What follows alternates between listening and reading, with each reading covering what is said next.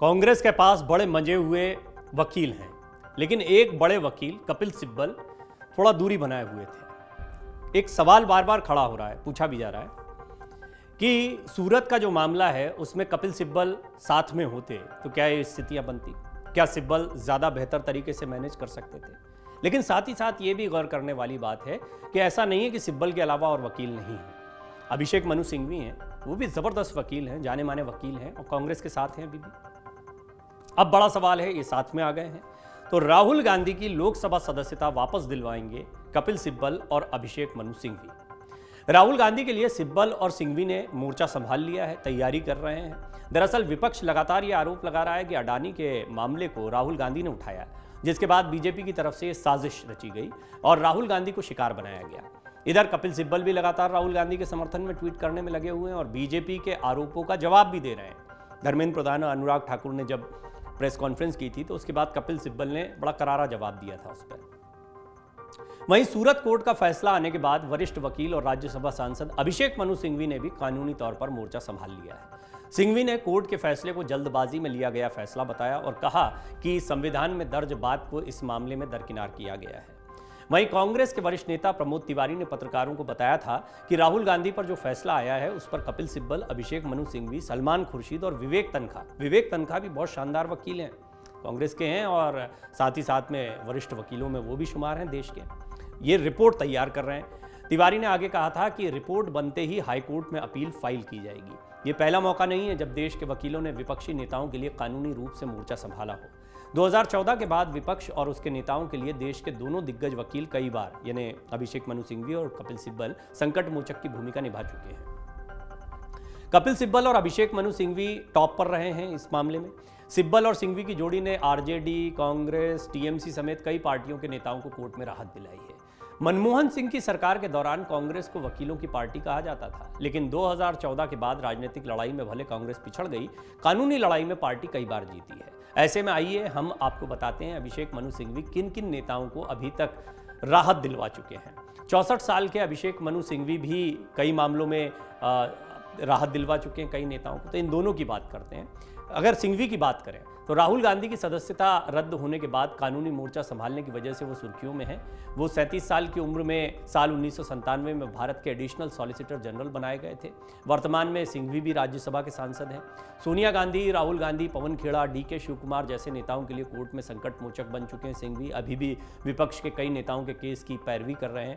महाराष्ट्र सियासी संकट मामले में भी उद्धव ठाकरे ने सिंघवी को अपना वकील नियुक्त किया था। अब देखिए, गौर करने वाली बात यह है कि सिब्बल भी उनके वकील रहे हैं। आपने सिब्बल की भी कई खबरें पढ़ी थी, तो सिब्बल और सिंघवी दोनों मिलकर कई जगहों पर लड़ते दिखाई दे रहे हैं। दोनों को वकील की तरह नियुक्त किया गया है। सिंघवी हाल ही में दिल्ली के पूर्व डिप्टी सीएम मनीष सिसोदिया की जमानत के लिए सुप्रीम कोर्ट में भी पेश हुए थे। हालांकि सर्वोच्च अदालत ने राहत न देते हुए मामले में हाईकोर्ट जाने के लिए कहा था। सिंघवी टीएमसी के नेता साकेत गोखले के पक्ष में भी सुप्रीम कोर्ट में पेश हो चुके हैं। गोखले को गुजरात पुलिस ने एक मामले में गिरफ्तार किया है और अभी वो जेल में बंद हैं।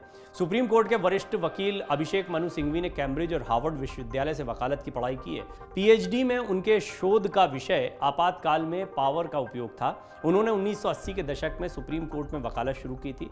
2001 में कांग्रेस पार्टी के प्रवक्ता बनाए गए। 2006 में कांग्रेस ने पहली बार सिंघवी को राजस्थान से राज्यसभा भेजा था। रिपोर्ट्स के मुताबिक सिंघवी एक पेशी के लिए 7 से 10 लाख रुपए तक चार्ज करते हैं। देखिए, कोई ये एक अलग मसला आ जाता है फीस को लेकर, लेकिन फिर भी इस तरह की कई मीडिया रिपोर्ट्स आप देखते हैं। महंगे वकील हैं।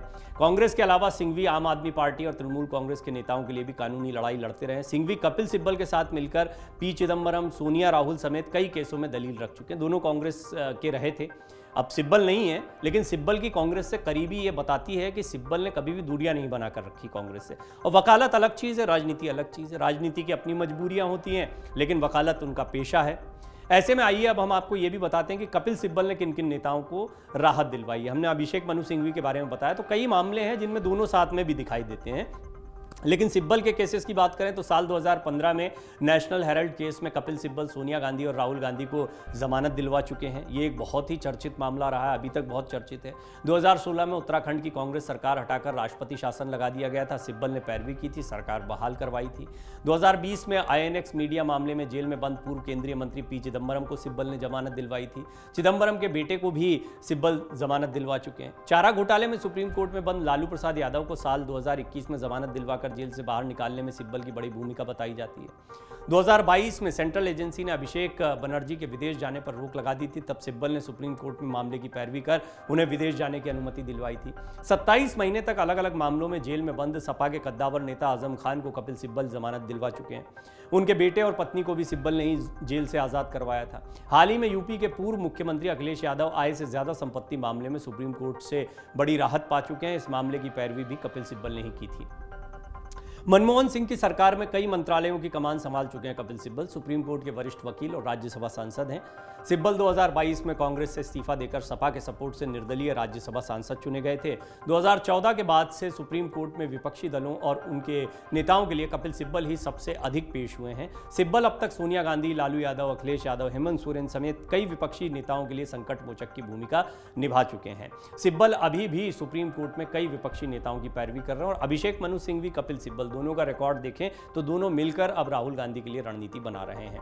हालांकि इस रणनीति में देखना होगा कि कितनी जल्दी जमानत मिलती है और इसके लिए कितने प्रयास किए जाते हैं। ये बात मैं इसलिए कह रहा हूं क्योंकि कांग्रेस को एक बहुत बड़ा मुद्दा मिला है। कांग्रेस संसद से लेकर सड़क तक इसको लेकर प्रदर्शन कर रही है। सत्ता पक्ष पर हमलावर है, सत्ता पक्ष को भी बचाव करना पड़ रहा है। राहुल की सांसदी जाना एक बहुत बड़ा मुद्दा बनता जा रहा है। अब देखना होगा कि इसका कितना फायदा कांग्रेस उठाती है और कितनी जल्दी उनको राहत मिलती है, सजा से राहत। देखिए, अगर जमानत तो उनको मिल चुकी है सेशंस कोर्ट से ही, सेशंस कोर्ट में मामला जाएगा या सुप्रीम कोर्ट में जाकर सजा को खत्म करवाने की बात अगर कही जाती है और सजा खत्म हो जाती है, तब बहाली हो सकती है राहुल गांधी की सांसदी की। तो ये एक बहुत महत्वपूर्ण पड़ाव है। देखना होगा कि अभिषेक मनु सिंघवी और सिब्बल कैसे इस मामले को रखते हैं।